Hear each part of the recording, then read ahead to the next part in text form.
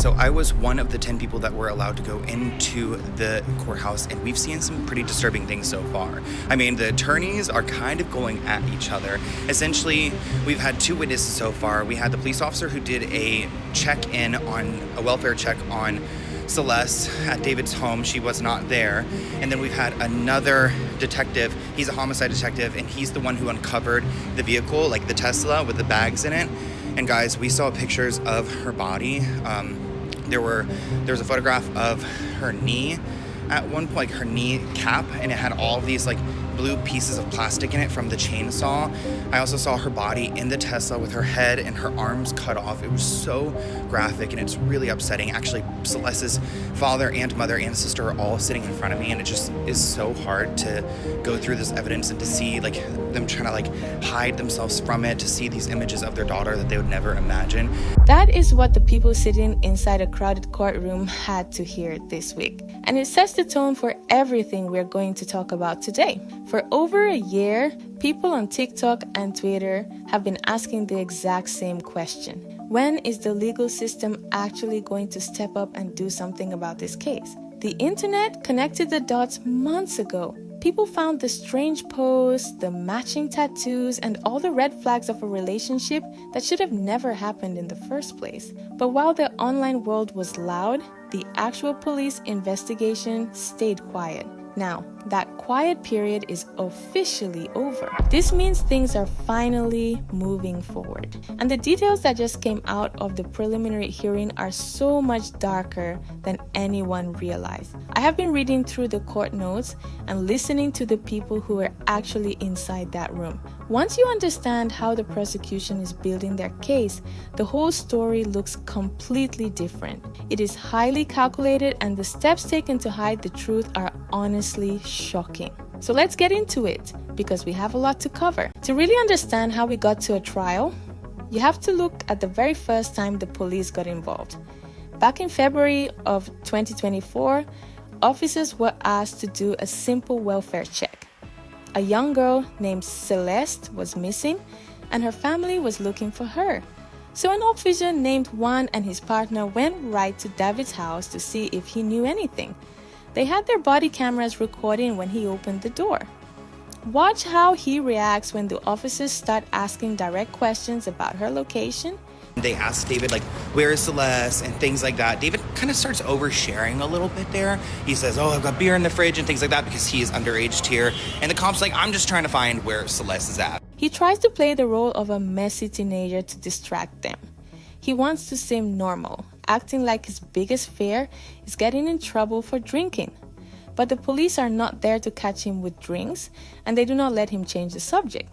When that trick did not work, he pulled a photo out of his pocket to show the officers. If you saw this photo of Celeste, would you say she appears to be 18? We've seen this photo before. This is Celeste's 6th grade yearbook photo that was allegedly shown today in court at David's preliminary hearing. According to Senior Deputy Juan Gonzalez's testimony today, this is the photo that David allegedly shown them back in February of 2024 when they went to his home. He said that Celeste had told him she was 18. Now, some will say she doesn't look 18, some may argue that she does. But that's where I'm going to bring up this widely shared photo. If David showed this photo and said he believed that Celeste was 18, then that would mean that he believes that she was close to 18 in this photo around the time they first met. District Attorney went outside the front of the courthouse and explained what the hearing was about. This hearing isn't to decide whether there's guilt or innocence, simply for the judge to decide if there's enough evidence to move forward to a trial. The problem is the photo he handed them was from a middle school yearbook.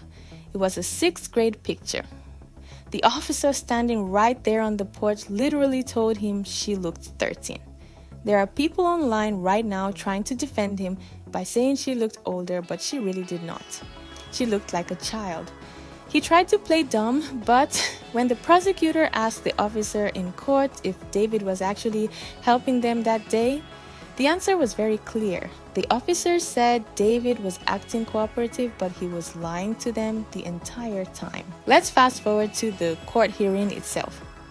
Because cameras were banned from filming the trial, only 10 people from the public were allowed to sit in.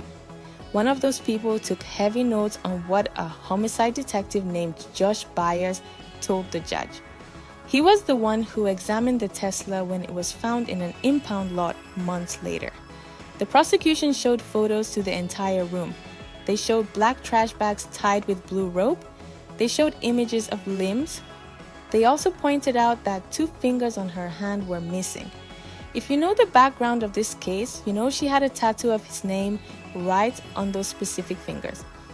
Removing them was an obvious attempt to erase who she was and hide her connection to him. Sitting right there in the front row was her family. Her mother, father, and sister had to listen to all of this. When the lawyer said her full name out loud, her mother broke down crying. And here is how the defendant behaved while those horrible photos were up on the screen. Most disturbing thing that we saw today is how every single report talked about how David did not take his eyes off of the disturbing photograph shown of Celeste. And they have now started to release the court sketches from today's preliminary hearing, and I just want you guys to visualize how this man was looking at these horrible pictures of Celeste in the front of his Tesla. Because report after report, I keep seeing the same exact thing detailed with David. He didn't even flinch, he didn't even look away. The whole entire time he was focused on all of this. He did not look down, he did not turn away. He just stared the entire time. That cold reaction tells you a lot about a person. And it lines up perfectly with what the police found when they looked at his online shopping history. The prosecution laid out a paper trail that completely destroys the idea that this was an accident. They pulled up his Amazon account and showed a list of items ordered in the days right after the victim vanished. Chainsaws, cadaver bags, shovels, heavy-duty trash bags, cleaning supplies, and much more were all purchased after Celeste's disappearance. That is a very specific list of tools. You do not wake up and randomly buy those things on a normal Tuesday. He bought a shovel the day after prosecutors believed she lost her life. Then came orders for a plastic pool and a burn cage. When police finally searched this house, they found the burn cage still sitting in its box. They found red chainsaws with no blood on them, but some items were totally missing. The shovel was gone, a burn mat was gone, and a blue Makita chainsaw he bought was nowhere to be found. They did find the plastic pool though, and that became a huge piece of the puzzle. During the autopsy, medical experts found tiny blue plastic pieces inside her kneecap. Forensic teams tested those pieces and matched them perfectly to the pool found at his house. The physical proof connected the crime directly back to his property. To make it worse, he did not even use his real name to buy these things. He used fake names like Victoria Menendez and Trayvon Davis. He knew exactly what he was doing and tried to cover his tracks. For a long time, there were rumors online that he was framed. People thought maybe a friend borrowed his car or someone else committed the crime and dumped the car to make him look guilty. The prosecution brought out digital tracking data to end that theory for good. They found a secret email address linked to a phone named Tranquilizer. Every time that phone got inside the Tesla, the car logged it. They checked the records for July 29th, the day the car was parked on the street. Inside the car, they found a paper receipt from a clothing store. Here is how they used that receipt to find the truth. There's this email called followit@gmail.com. Now, this email is also associated with a phone that is named Tranquilizer, kind of a bizarre name for a phone. And then we spent, honestly, an hour just going through some of the metadata because Josh said they pulled 6 to 8 terabytes of data and they were able to essentially connect his phone, which is called Tranquilizer, to that Follow It email and to the Tesla, because every time you get into your Tesla, your phone connects.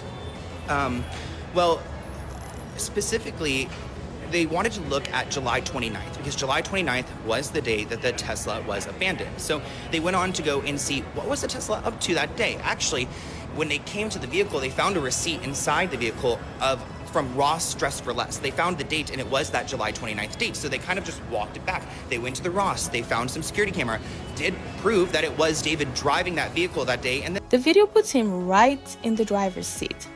There is no mystery friend to blame. The tracking data showed he drove the car to Culver City and then drove it back toward his neighborhood, but he did not park it in his own driveway. He left it down the street about a 4-minute walk away from his house. It was hidden from view. He left it there for weeks. It piled up parking tickets until a tow truck finally dragged it away in September. His lawyer tried to argue that the phone tracking data was bad, but the police used standard software called Telebrite for this kind of work, which is used by police everywhere. When you have a store security video and phone data matching up perfectly, the excuse that someone else did it completely falls apart. While the police were putting all this physical proof together, something very shady was happening with his bank accounts. A financial advisor named Benjamin Greger had to speak in court. He told the judge that the defendant's mother, Colleen, hired him for a huge monthly fee. Listen to what they started doing with the money the second things looked bad. The prosecutor was asking questions about how they were trying to formulate bail because they were trying to get $2 million. And I mean they by Benjamin and David's mother, David's mom, Colleen. So Colleen and it seems like Benjamin have been in cahoots trying to figure out a way to move all of David's assets. They even emptied out his IRA, which is his retirement, which had like $150K. They emptied it all out and they moved it into these different trusts because they had one goal and one goal only. Not only to secure the $2 million in bail, but also to move all of the money from David's ownership to his mom's ownership because they want to make sure that Celeste's family can never sue them in a civil suit and take all of the money he's made. Taking $150,000 straight out of a retirement fund is a panic move. The court revealed he had made around $11 million in his music career. His team started moving that massive amount of money into private trusts under his mother's name. They were doing this so the victim's family could never sue them and win that money. While a family is crying over their lost child, his team is running around trying to protect a pile of cash. It shows exactly where their heads were at. The financial advisor even admitted they stopped sending normal text messages. Whenever they talked about bail money or the case, they used an app called Signal. That app encrypts your messages so the police cannot read them. Even now, while sitting in a jail cell waiting for a trial, he is making weird moves. A new song called Mercessence popped up on his official music page before it was quickly deleted. So many people were shocked when they logged on Spotify yesterday and saw a brand new song from David titled Mercessence, which was then deleted just hours later. The lyrics go, "I hide my face from you, my lies conceal the truth, but what are you gonna do? Oh, what you gonna do? If you don't have the proof, who said I even knew?" Writing a track like that from inside a cell is a choice. He's treating a real tragedy like it is just marketing for his music. And if you want to know why this all happened in the first place, the prosecution showed the exact text messages between them before she vanished. There were pregnancy and abortion discussions happening throughout their text message exchanges. That is the main motive right there. When she threatened to go public with everything, he realized his music career and his money were on the line. He chose to protect his fame. One thing that makes this case so frustrating to watch is how people online have reacted to it. You would think everyone would clearly see who is wrong here, but that is not what is happening. If you scroll through TikTok, you will find videos with thousands of likes blaming the victim. People leave comments saying she lied about her age or she knew what she was doing. It is completely backwards. Society always tries to find a way to blame the victim, especially when the person they are defending is a famous artist. But no matter how many fans try to defend him online, the facts shown in court tell a single story. A grown man was involved with a child, and when that became a threat to his money, he made a choice. A lot of people watching this story unfold are angry about the timeline. She went missing in early 2024.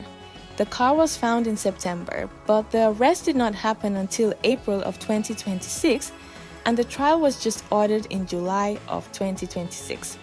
That is 15 months of waiting. People are mad because the internet saw the signs right away, but a legal case is completely different from a viral post. And ultimately, the biggest difference between social media and the actual justice system is that they need the actual proof. They don't need the suspicion of it all. The police cannot lock someone up based on a bad feeling. They had to test DNA, match tiny pieces of plastic under a microscope, track car computers, and build a wall of facts. They took their time so his expensive lawyers could not break the case apart. The worst part of this entire story is that she was failed by the adults around her long before the police ever got involved. People watched a grown man hang around a child, going on tours and getting matching tattoos, and nobody stopped him. Now, a jury is going to hear all of this, and hopefully, her family will get the real justice they deserve. Let me know what you guys think about all of this in the comments below. Do you think his lawyers have any chance of fighting this evidence? Share your thoughts, and I will see you in the next one.